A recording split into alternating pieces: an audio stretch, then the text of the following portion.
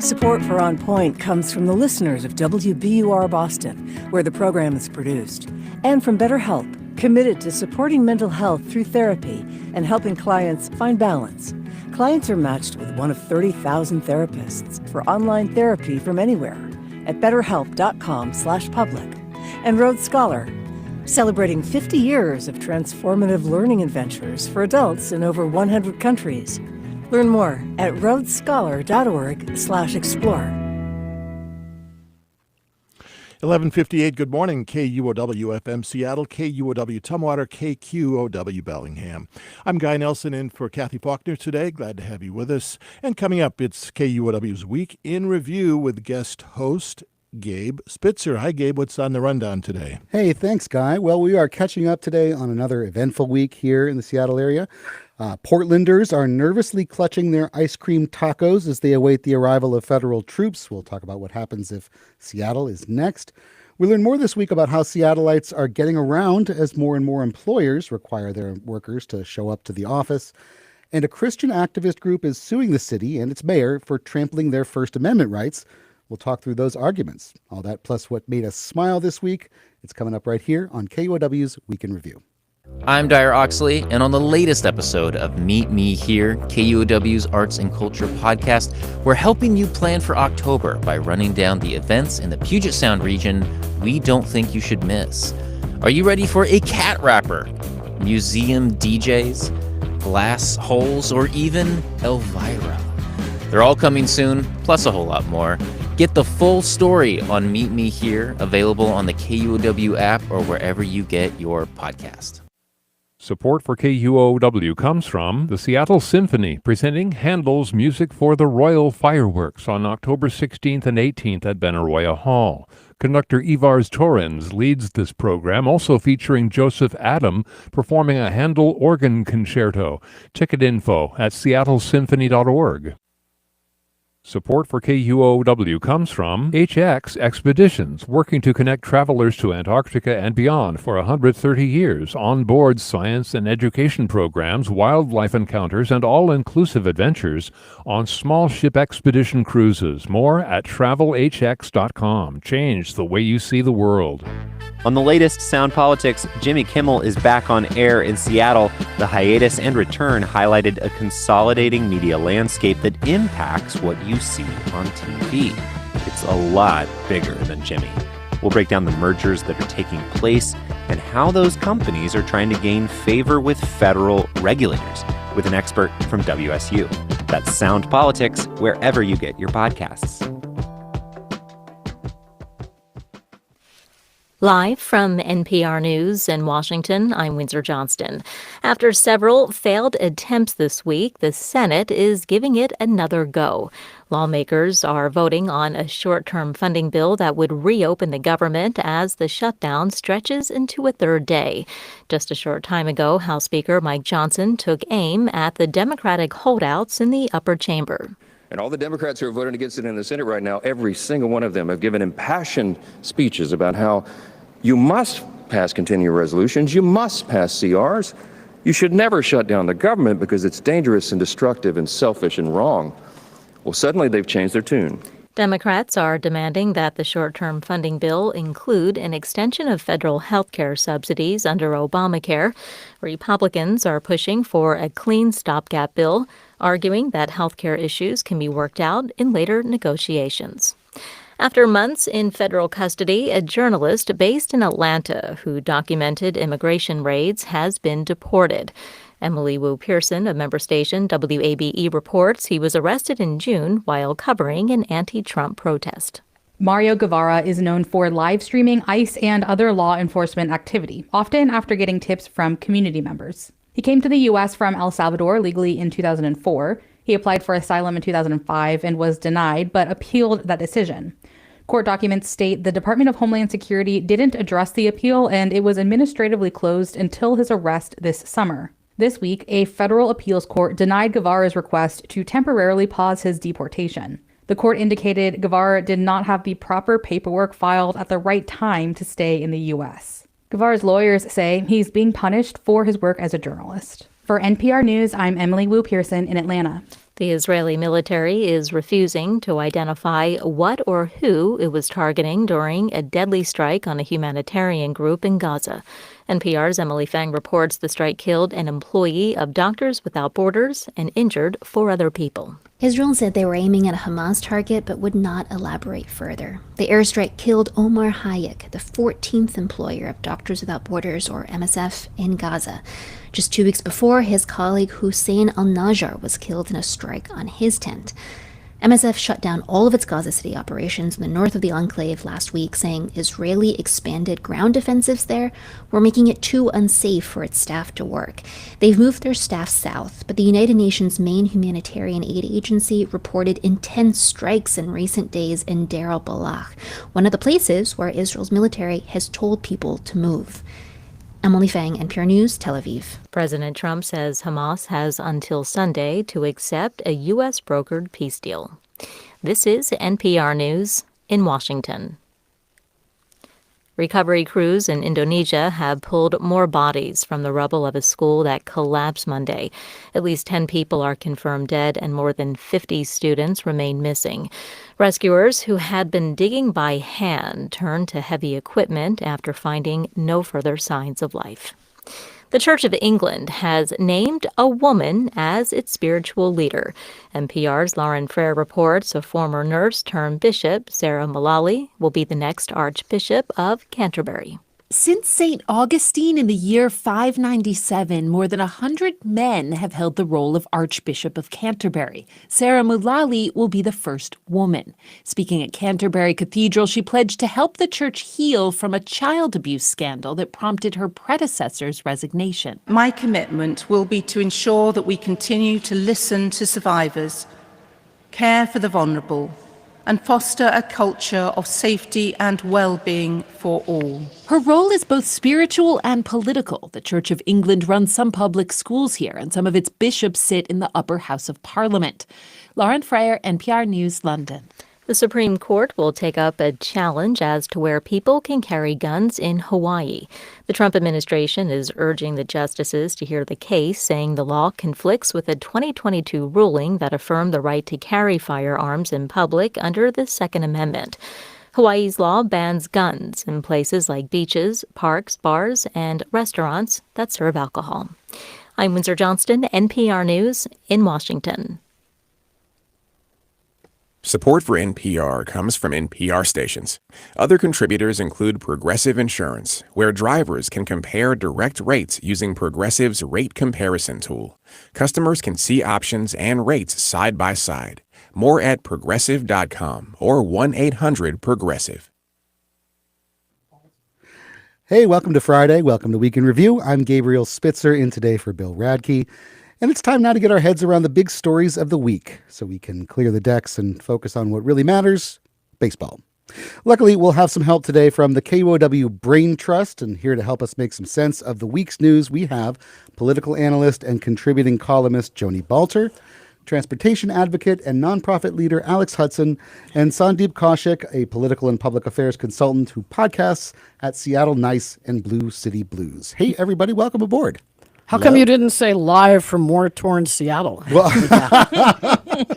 I don't have my flak jacket, and I haven't had my adverse training or whatever. So we'll see where that goes along. We're going to get into that in just a little bit. But before we do, just a quick reminder that we are streaming live on KUOW's YouTube channel.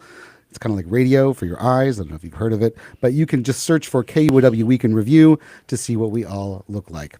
All right, so for our first story of the week, we're going to start with our frenemies to the south, where the Trump administration is marshaling thousands of National Guard troops to send into Portland. A federal judge is hearing arguments, I believe, right now over whether this deployment is legal. If we get an update during the hour, we will bring it to you. In the meantime, the troops are being asked to subdue what the president has called warlike conditions in Portland, particularly around the ICE detention facility there. And Portlanders, meanwhile, are digging in for the battle and sending mocking letters from the trenches decrying wartime kombucha shortages and begging out-of-state relatives to please send kale. Anyway, protesters are now calling in the nuclear option, which is an emergency naked bike ride to make a stand against the administration's moves.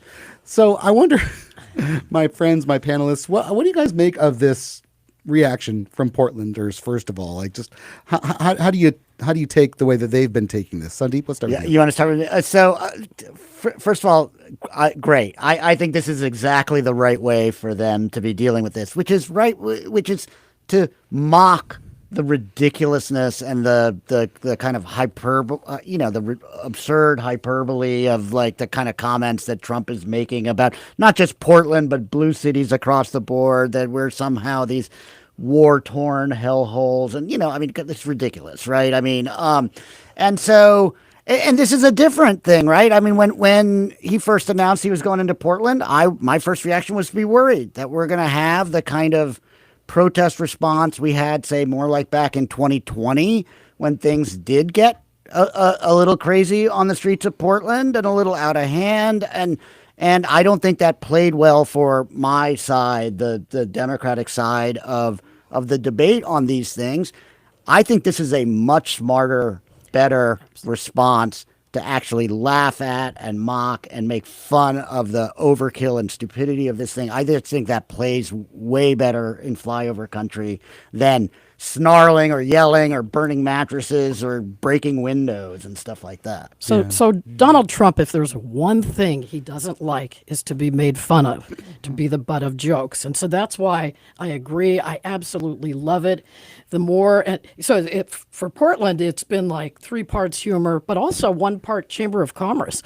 They were in the hole. They did protest for an insane amount of time, and the city did look pretty bad.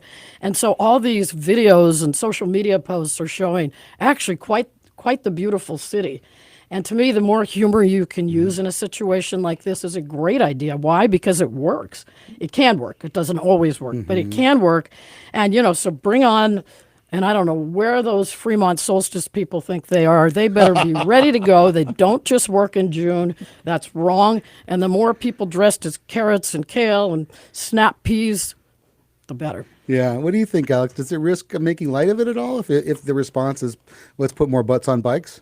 I think there's a difference between how people react and how the government should react, right? So people out here, writing their Civil War letters from the rationed kombucha land, hilarious. And I completely agree that for someone who takes himself so very seriously, to laugh at a despot is a very powerful tool.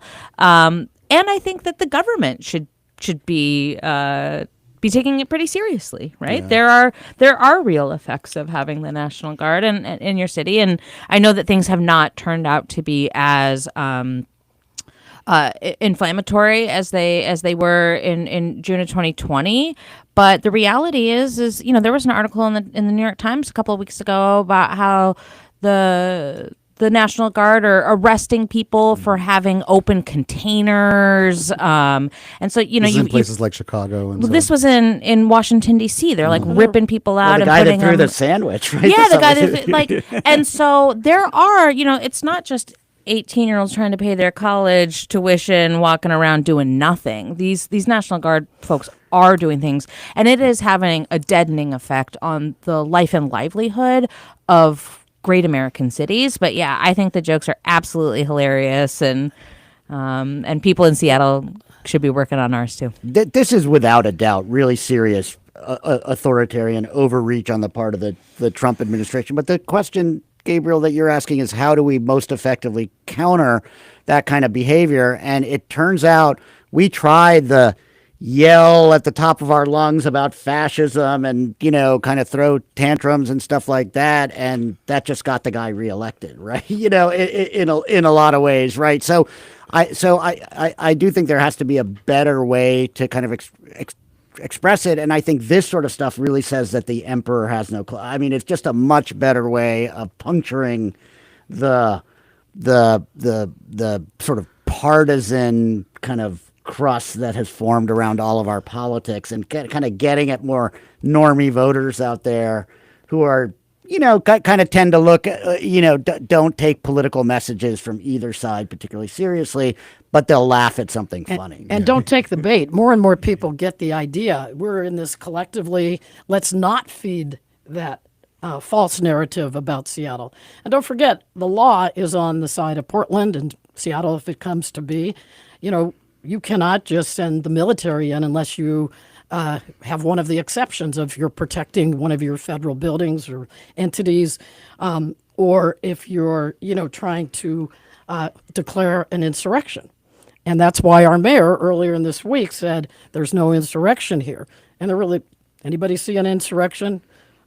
Do any of your friends and family think that we are in the throes of an insurrection? I feel like there was one in my house trying to get the kids to school yesterday, but generally those may count. Yeah, we don't know. Yeah, and again, I just say there's a balance. There's calling what is happening in so many ways preposterous because it is.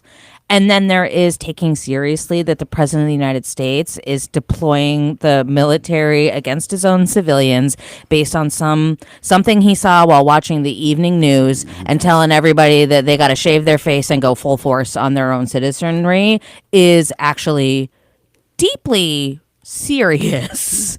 And so we can laugh at it, but we also have to be and that's why I appreciate seeing, Nick Brown up there, our Attorney General, talking about right. There's a legal side to this, and there's a serious side.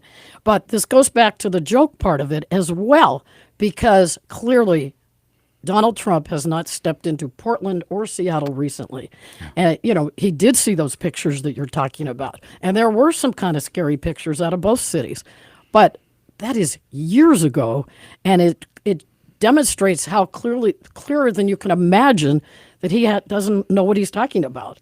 And that's why the joke works. Yeah. Do you think Seattle's social media game is up to the task?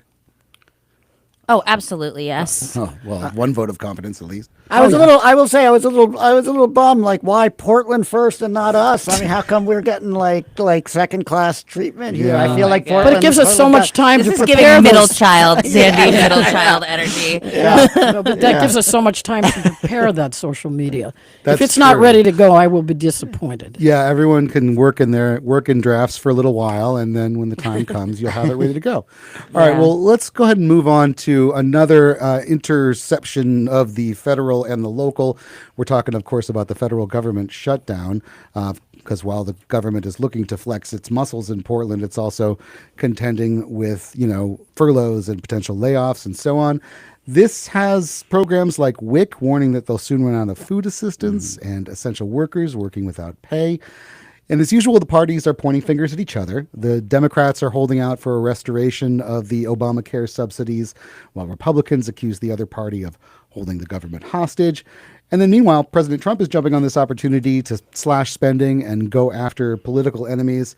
I don't know. This is like a movie we've seen several times before. Joni, anything different this time in this scenario, you think? No, it's becoming redundant, but it's also becoming more obvious and more clear that, and this, I find this so incredibly cruel. This administration is excited to upend the lives of good people who work for the federal government. This is Washington State. We have a lot of federal workers here. Not as much as, say, Virginia or Maryland, but a lot. And sort of the glee, the cruel, absolutely cruel glee that these people will be furloughed, lose their jobs. And so, and we haven't really felt it yet.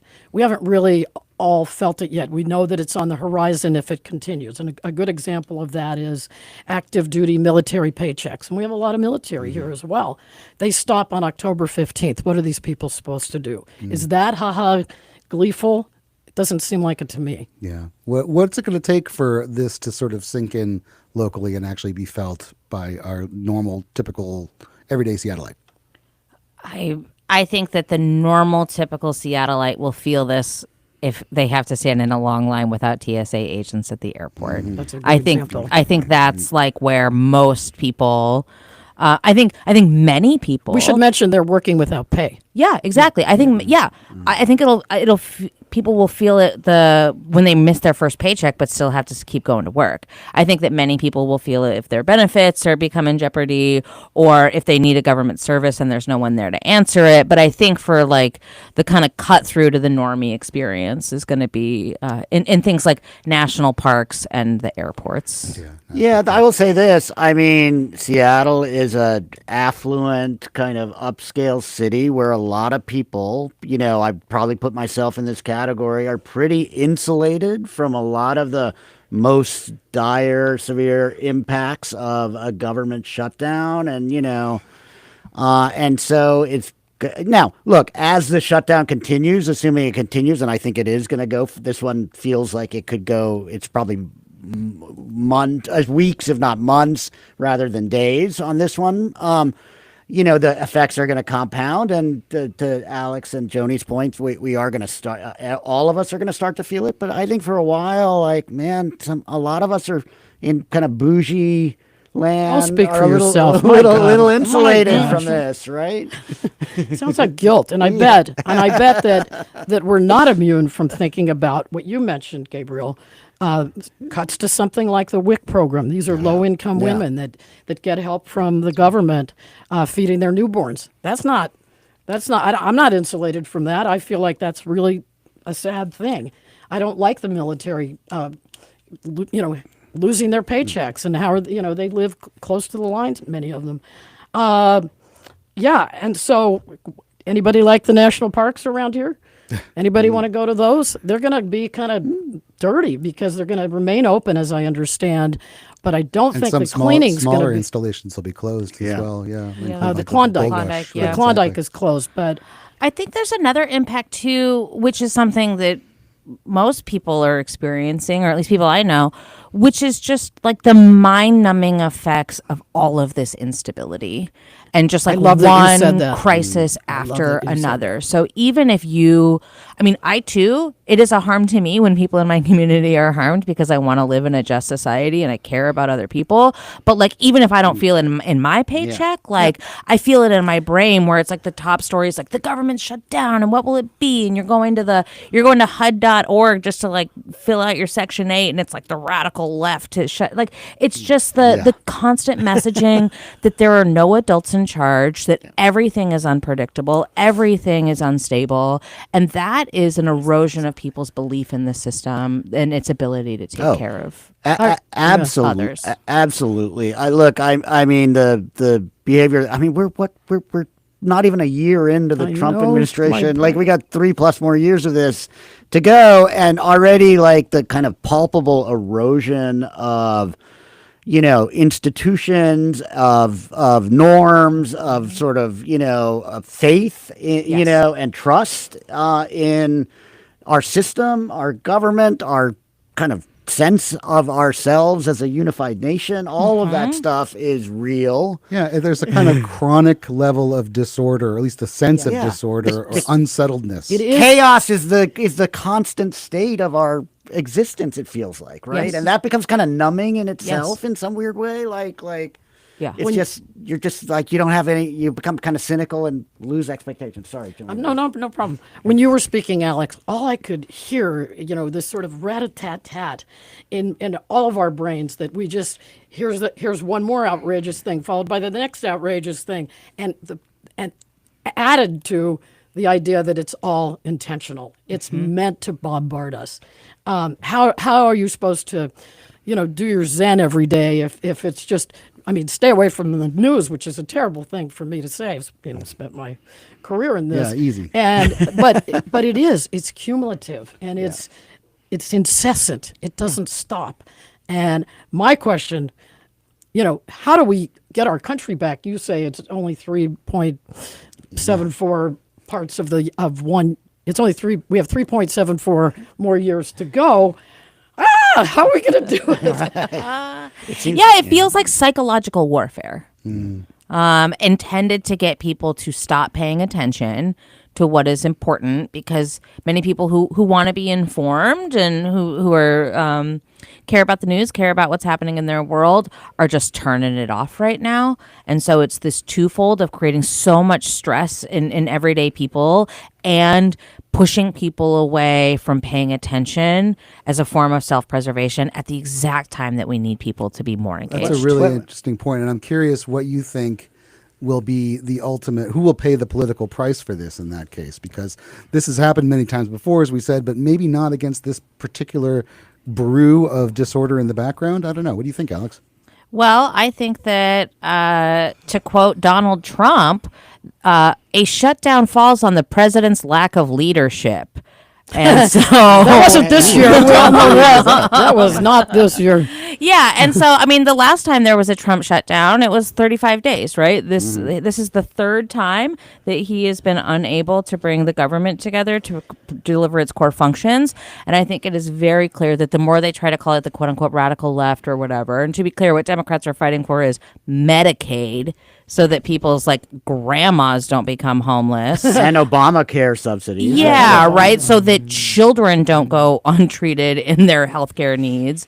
I think he's going to own this. I think it's the Trump shutdown. It will be the Trump shutdown. And there's so much chaos that all of it will always land on his feet. Well, so they control, the Republicans, the party controls all branches of government right now. And you could argue Supreme Court. But so the early polling, have you seen it, some of you folks, it shows the voters, the people of this country, are blaming the Republicans now. Yeah. The question is, and you both referenced this, how long does it go on? And how long does the incredibly powerful PR campaign to blame it on the Democrats, when does that kick in? And when does that start to work in people's minds? Because it's been very powerful before. Yeah. So, I do. So I am going to disagree, I think, with both of you here, and wearing my cold, bloodless Spock-like, political consultant like hat. Let me see. Unfortunately, I would like to be wrong about this, but I suspect at the end, the Democrats will be the losers on this. And the reason I say that is when you look at previous shutdowns that have happened, as they go on, the longer they go on, typically the party that initiates the shutdown ends up getting blamed. And in the past, it's usually been the Republicans that have driven the shutdown by making demands that Democrats say no, and then they just won't give the votes and shut the government down. In this case, it is a Democratic shutdown, and the Republicans have this message saying, we can open the government tomorrow, just pass a clean bill, we're not making any demands. And as this goes on, I think the pressure is going to ramp up. In that regard, we agree. We actually agree, because on the Democratic side, it's as time goes on. Especially right now, because, look, I think Republicans have become irresponsibly anti-government. And, that goes back to the 90s and stuff, but under Trump, it's become kind of a cascade of that. Whereas Democrats still feel some responsibility. They feel that government functions play an important role in helping the marginalized, in helping those in need of help, in performing critical functions. And so the pressure on our side is all the greater if you actually care about that. It just depends on the assumptions. And I think the reality is that when it ends, my question is like, okay, who will lose, but who will also take the win, right? So I think that we should make sure that we're not capitulating on our demands to make sure, again, that like children have enough food to eat, and that like we don't make grandmas homeless. And that we should hold the line on that as long as we absolutely can, because no matter what, this guy he's the sorest winner in the world. Yeah. And so even if when the government shutdown ends, he's still going to blame the Democrats for everything. And so we might as well get out of it what our values, our principles, and morals ask for us to do in this moment of crisis. We're going to have to leave it there for now. I'm sorry. But luckily for us, we'll probably have multiple weekend reviews where this is still going to be at the top of the list. Yeah. Wait a minute. You can invite us back on the first anniversary of the shutdown. That's right. Yeah, we want to come back. We want to come back on the first same panel until the government starts up again. All right. Scheduled. Put it down. All right. Well, we are going to take a quick break, and then we're going to come back. We'll talk about the race for mayor in Seattle, how it's heating up, and more on that contest in just a couple of minutes here on Week in Review from KUOW.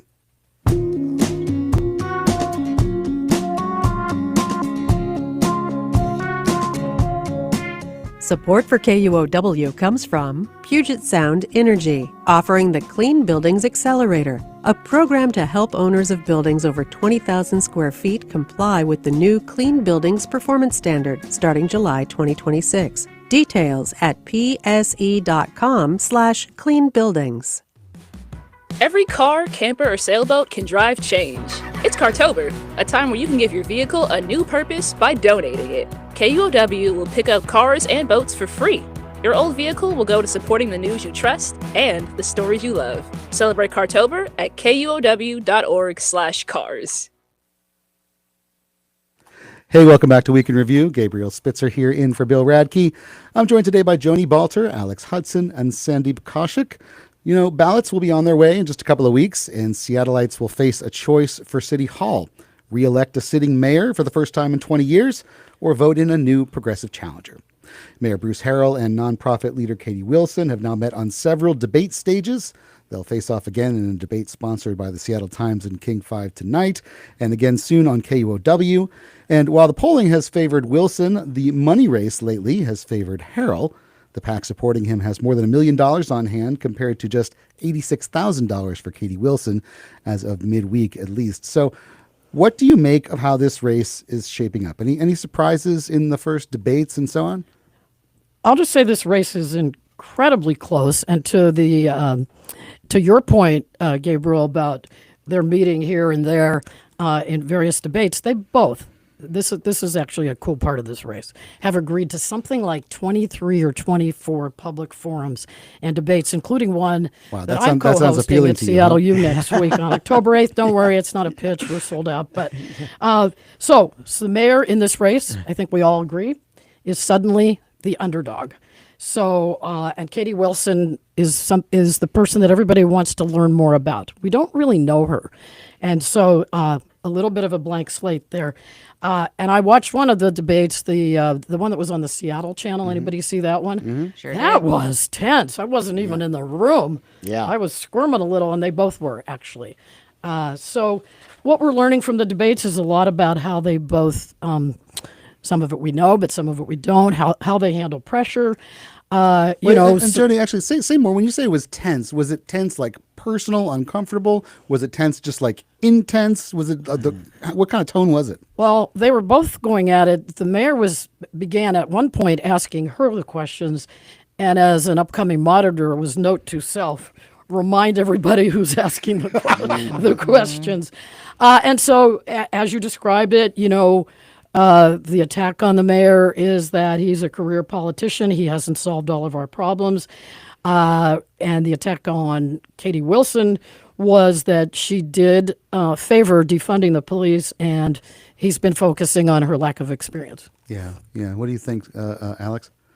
Yeah, I think it is interesting to see someone, Katie Wilson is somebody who's been around actually for a very long time. Katie Wilson has been doing politics in our city, in our region for 10, 15 years, and has more impact behind her in terms of raising the minimum wage and helping to bring forward funding policies for things that Seattleites really support and care, really than kind of anyone who isn't a politician in our region. And so as folks are getting to know her better, I think some of that's really coming out. One thing I really appreciate, to your point about the sort of the attacks on previous statements is, and Sandeep, you've been a part of this, is I appreciate that she's a learner, right? Mm-hmm. And so there's actually been corrections, and she's like, I really rethought about that and have changed my position. And so it's interesting. Wait, are you talking about the Seattle Channel debate on defunding?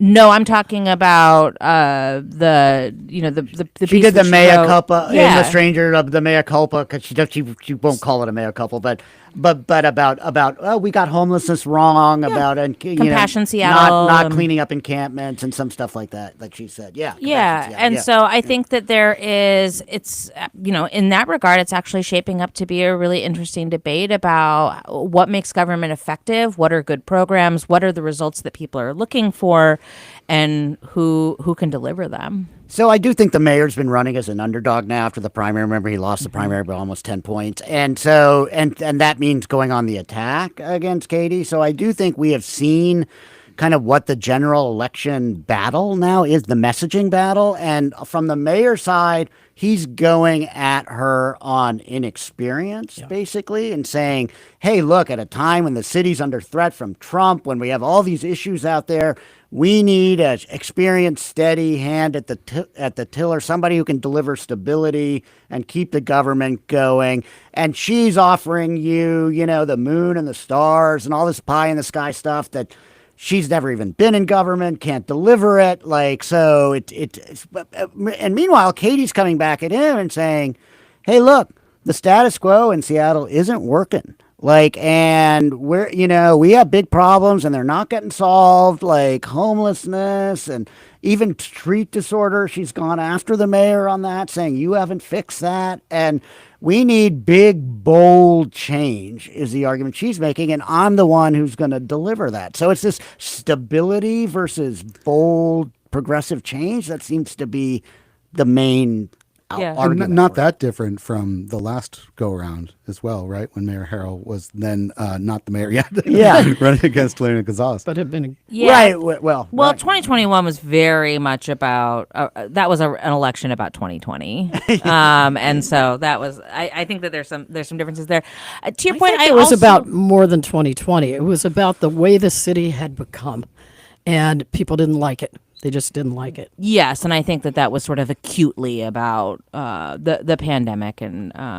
But Alex, to your point, the message from Katie does not sound like the message from Lorena Gonzalez in 2021. There is a big difference on how the left is talking about these issues. In 2021, we were going to abolish the cops. We were never going to clean up an encampment again. We were like going to let everybody do drugs everywhere all the time. Like, that was the left's position on this. We were going to, get rid of the courts and not prosecute any misdemeanor crimes ever again. And that's what the backlash was too. Katie's not saying any of that. She's now she endorsed some of that stuff back then, but she has backed away from it. Yeah. I wonder what you guys think the effect of the money mismatch may or may not be.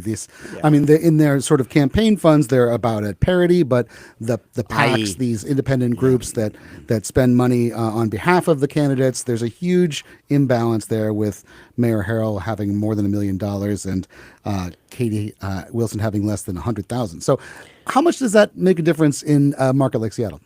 So I think it's time to cue the shock, there's money in politics tape if you have a good one. Do you guys? Okay. I have to just make it up. Yeah. Well, it sort of depends here because there is such a great battle to reach the voters. There was a pretty powerful vote for Katie Wilson a couple of months ago. So what is going to change other than, as we said in the Trump segment, everything changes every hour.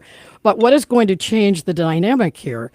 And many people seem to think that if you pour money in, you get a message across. Depends on what the message is, right? But this is not, and I would be interested to hear what you folks think. This is not Amazon, a single company, spending money to predict and foretell an upcoming election. It's collective money that's bigger for one candidate, Bruce Harrell, than it is for the other candidate, Katie Wilson. Right, and of course, Bruce Harrell's money. A lot of those are coming from some larger donors. Katie Wilson's coming from mostly individual contributors. We also have some big union contributions that we're expecting to come her way pretty soon. They both have unions backing them. Well, and the IE money on the mayor's side, just to be clear, is coming from individuals, right? Because we have a law in Seattle, the Foreign Influence Corporations Law, which I think is a very constitutionally questionable law that Lorena Gonzalez passed to tee up her own mayoral run in 2021. And that is a good description of what happened. Which sidelined most businesses from being able to participate in politics, including on the independent expenditure side. So it's individual money on both sides. So it's wealthy individuals and the mayor's, i.e., are writing $50 and $1,000 checks and stuff like that. Look, money matters, right? I mean, I'm a political consultant. Like we're out, a lot of campaigning is chaining your candidate to the phone and making them make phone calls for money. Alex knows this since I worked on a campaign that she ran for city council. But it's not the be all and end all, right? I mean, money gets your message to people, but if you don't have the right message, and you don't have the winning message, exactly right. It's not gonna change the dynamics. And that's the question here: is has the mayor and his campaign figured out the right message to flip the script that happened in the primary? Totally agree with all of that. And also, like, and Sandeep, you'll remember these conversations from a couple of years ago. Wait a minute, before we get too excited, you lost that. Right? Thanks, Joni. With love. What? With love. It's also how it's the mechanism, right? So, like, there are new channels, like a lot of money goes to mail, right? And mail can be quite expensive and per unit. And there are now other ways. So what you're buying attention, and there are cheaper places to purchase attention now than there have been previously. And there are a lot of ways where you can get free attention through social media. And the question is, do the people that you reach through social media turn out to be voters, or are they just scrollers? And so I totally agree. Money obviously is a factor. Money is a factor in every election all the time. And the question is, what are you purchasing? You're purchasing attention. That requires a message, but there is a way to compete for attention that doesn't have to be a dollar for dollar match. And we'll have to let's wrap this up because we have other stories competing for our attention as well. But Joni, go ahead. Oh, wait. I thought you had something to say. Well, no, I was just going to say two examples of free attention.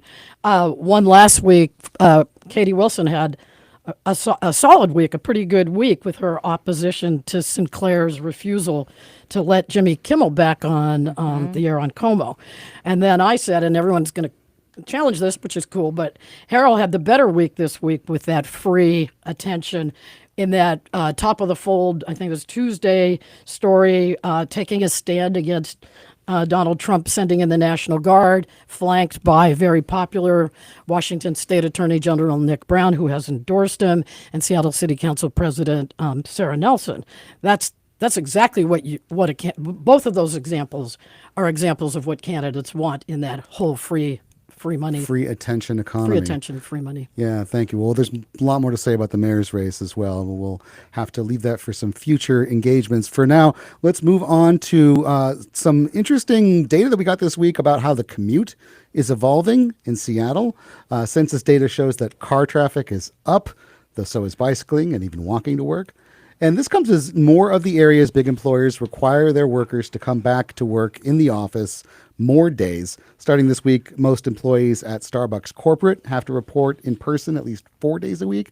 So, Alex Hudson, this is your wheelhouse. How do you see the commute patterns changing in Seattle? Yeah, this is it's super interesting. So the one thing I want to say about this data, which is fascinating, is that it is from 2024, and that is before our city's largest employer. They're an online bookstore. Never heard of them. Called all of their folks back to being 5 days a week at the beginning of 2025. So this is interesting data from sort of the last year of many people having a hybrid way that they go to work, and including the majority of it being working from home. So what it's showing is pretty clear, is that people they decreased their remote work. They were going back into the office more. That makes sense. 2023 and 2024 were very different.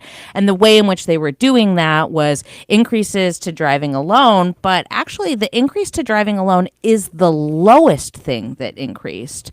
More people chose to choose public transportation as their way that they were going back to the office. And I think what's fascinating is the extent to which we had a 29% increase year over year in how many people walk to the office. So I'm super deep in commuting data, both nationally and here. Yeah. And I can tell you that there are some extraordinary numbers. Again, one of our largest employers has a walking mode split to their office of 12%.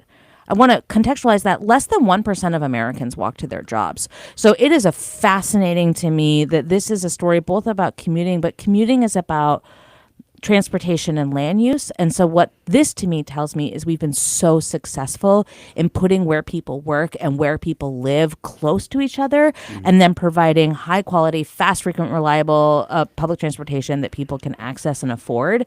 And the proof is in the pudding that it is making a difference in how people start and end their day. So you see this as vindicating some of the planning and investment that the city has made. Oh, yeah. I mean, transit ridership is up.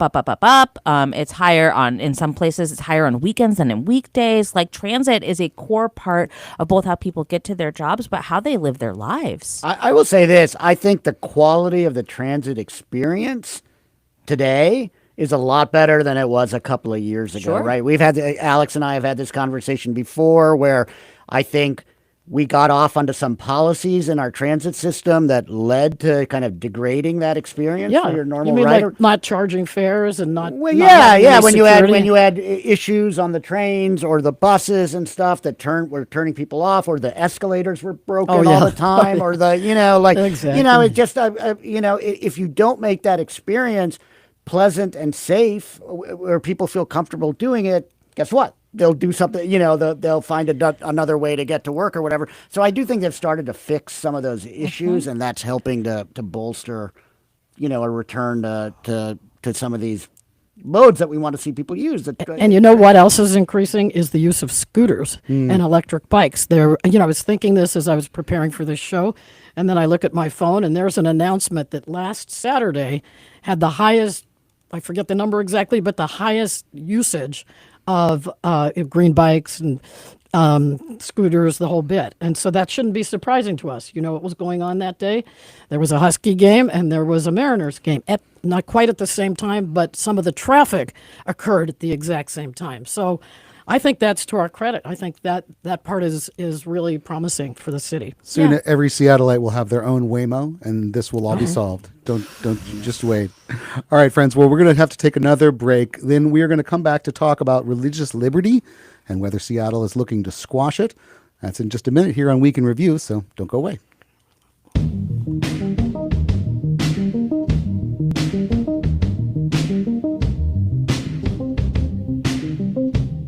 Support for KUOW comes from Eco Design and Maintenance, family-owned and specializing in start-to-finish exterior design using materials and methods that help to reduce environmental impact. From landscapes to hardscaping, outdoor spaces designed to be functional and long-lasting. More at eco-seattle.com. I'm Ton Vin. Join me, Kenchi Lopez Alt, and Rachel Bell for a special live taping of Seattle Eats, where we answer your biggest dining questions. November 10th at Town Hall Seattle. Get your tickets today at kuow.org/events. KUOW live events are sponsored by Finney Ridge Painting. Here we are back in Week in Review with Sandeep Kaushik, Joni Balter, Alex Hudson, and we are here to talk about another news story that has bubbled up this week. A group that brought its own defiant brand of Christian worship to town is suing the city of Seattle and its mayor. You may remember when May Day USA held a rally at Cal Anderson Park in the spring. That brought counter-protesters and police, which led to more than 30 arrests. Now, a second rally at Gasworks Park over the summer was quite a bit less dramatic, but May Day USA brought a lawsuit this week over the first one there, and it accuses the city and Mayor Harrell of bulldozing its rights to assemble, to speak, to worship freely. I'm curious how you would grade the city's handling of that spring event and the follow-up event at Gasworks, which are now kind of in the crosshairs. Joni? Gabriel, didn't you ever learn that you don't do grades of things like this? No, I ask insist. Greg Nichols, former Mayor Greg Nichols, who gave himself a B on his handling of the snowstorm. A gentleman. Did he ever want to get out of that? 2008, yeah. So grades, huh? Well, let me just say that I think this lawsuit is kind of bogus, designed to keep a fight going. After the city got things right on the second event, they're only suing on the first event. But I will stand up tall for the right of a city to consider logistics and public safety and traffic in citing these. It would be different if they said, no, we don't like what you say, you can't be here. That would be different. But they said, in the case of the first one, Victor Steinbrook Park is too small. That's not a good space for all, and also in general, I don't think it's a good space, but it's just too small. And that's what we want our city to do. Figure out where these events that disrupt the flow of traffic and everyone else's lives, where can they properly go? And so I think that's why I think this lawsuit, they were given a space. Was it the right space? A lot of people thought no. Yeah. Yeah, Sandeep? So, that first one, I think the city handled it poorly, if not outright incompetently. Moving those folks to Cal Anderson Park, which is what the city basically did by saying, we're not going to let you have your initial location, was just throwing, gasoline. They offered them two possibilities. Right, but surely the city should have thought through what that's going to look like if we're going to push these people into the heart of Seattle's LGBTQ neighborhood. It's going to provoke, and so I think this lawsuit does kind of highlight that the Christian folks weren't looking to create that provocation. Initially, they wanted to do it in some more, neutral. They weren't looking to provoke. I mean, well, at least they weren't looking to go right into the Capitol Hill in a deliberate effort to go into Cal Anderson Park to say we're on this gay turf. That wasn't the motivation. They wanted to be at Victor Steinbrook Park. Look, so I think their lawsuit is that this was a deliberate act of discrimination, that the city moved them to Cal Anderson to create this fight, and I think that's a load, right? I think it was just incompetently handled, and that's why it ended up that way. And I think that, look, the city figured it out the second go-round. Kudos to the mayor, and particularly to Councilmember Joy Hollingsworth, who negotiated with the Christians when they asked to go to Cal Anderson for the second one and got them to move to Gasworks Park, which lowered the temperature on it.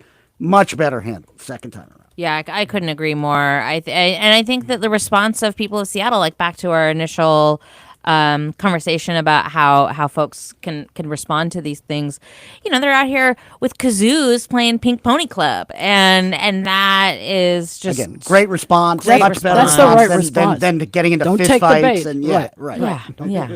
So that sort of this connects back with our Portland story, right? That was Right. the sort of the second go around. It was really about taking the air out of it rather than trying to sort of rise to the level and fight it, right? That's right. Yeah, and I think it worked the second time around. Where the first time around, I think the protesters, while I understand their passion about it, led to these confrontations, and there was all this video clips that got all over nationally in right-wing media of people yelling at the kind of pretty feeds the crap hole narrative. Ugly really stuff does. at them, and does. and it just kind of made.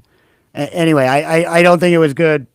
If this is a battle for hearts and minds, I don't think that was a winning way to do it. But the kazoos, the funny sort of taking the piss out of it, that was much better, much more effective. Yeah, to be clear, I also think that this doesn't look good for people who are thinking about whether or not they want to become Christians. So, I don't think that anyone is out here doing some super fine recruiting for their cause. I did see that Katie Wilson had criticized Mayor Harrell's response to this and for allowing the protest to happen, or the rally to happen in Cal Anderson Park. Do we see this as rising to the level of an issue in the mayor's contest, or is this something that's more like for the media?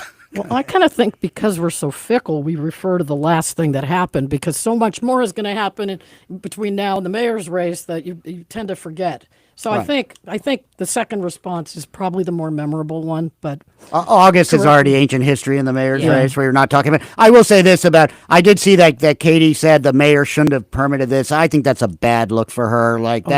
That's illegal. You're right. That's actually illegal. It's unconstitutional. You cannot bar people from expressing their sentiments, whether you like them or not. As a government, you have, so that was, I think, a kind of amateur hour mistake on her part. I would hope she would rethink that. Well, we've talked about, a more kind of combative stance. We've talked about trying to use humor and satire and so on. What about just ignoring it? I mean, is that possible? Is it possible to just take the air out of it by not giving it any attention, letting the wave pass over, and then moving on? Wait, are you talking about just having this protest and no one looks, or I'm talking what? about if you oppose the point of view of the rally, I see. why don't you urge everyone just to ignore it instead of showing up to shout it down? I think there many people did. Yeah. Like that is actually there's 800,000 people in the city of Seattle, and they all didn't show up at Gasworks Park. And I think There's just not that many kazoos. Yeah, there's a run I was on thinking kazoos. of how you would order those. Timu.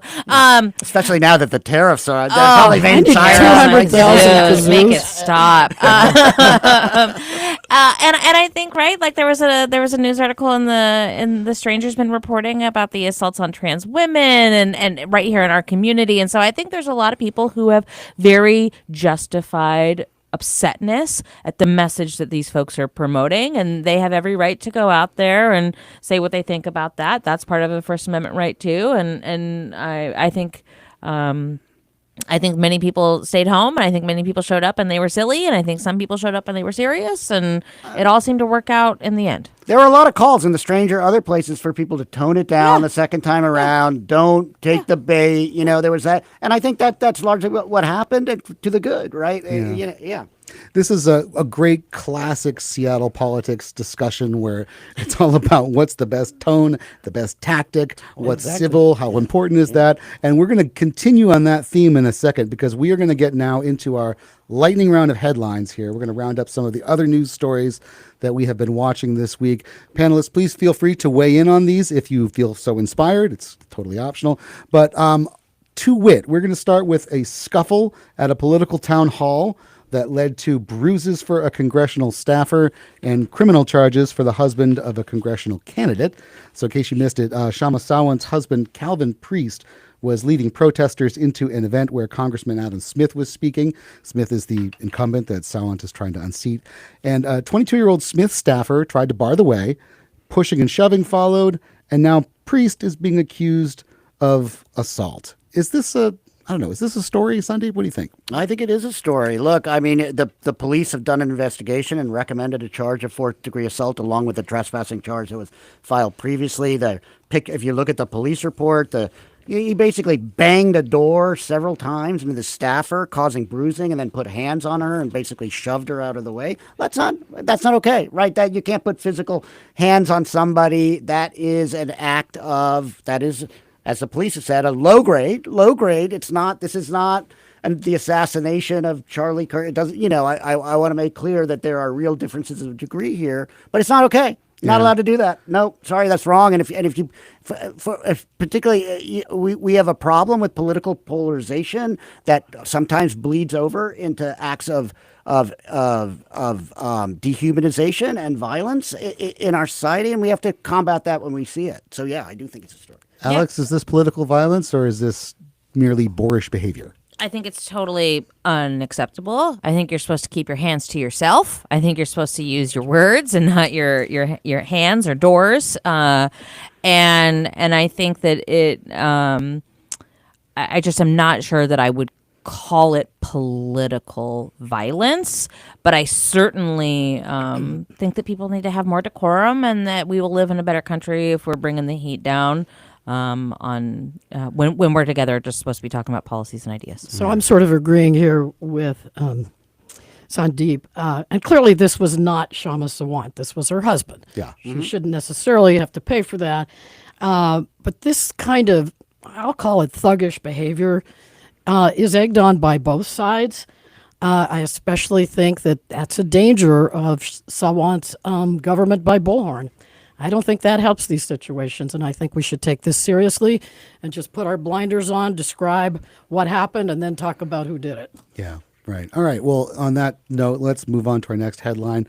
Turns out Seattleites are having fewer babies. The Census Bureau says the fertility rate for reproductive age women here is the second lowest among big U.S. cities.